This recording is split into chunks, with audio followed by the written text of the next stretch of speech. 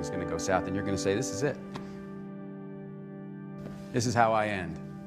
Now, you can either accept that, or you can get to work. You can't stop. You can't quit. You can't say, I'm a failure. You're not a failure. You're not. You're a wonderful, strong, intelligent youngster. Take advantage of that. Trust in God. Trust in yourself. Until you say, yeah, I'm gonna take action. Nothing changes if nothing changes, man. And I'm not preaching at you. I'm just, I just want to remind you, because I've spent a lot of time in my life sitting around wanting things to change, and not being able to make them change, and not thinking I could. And I wish somebody had told me that earlier sometimes. That in order for something to change, there needs to be change.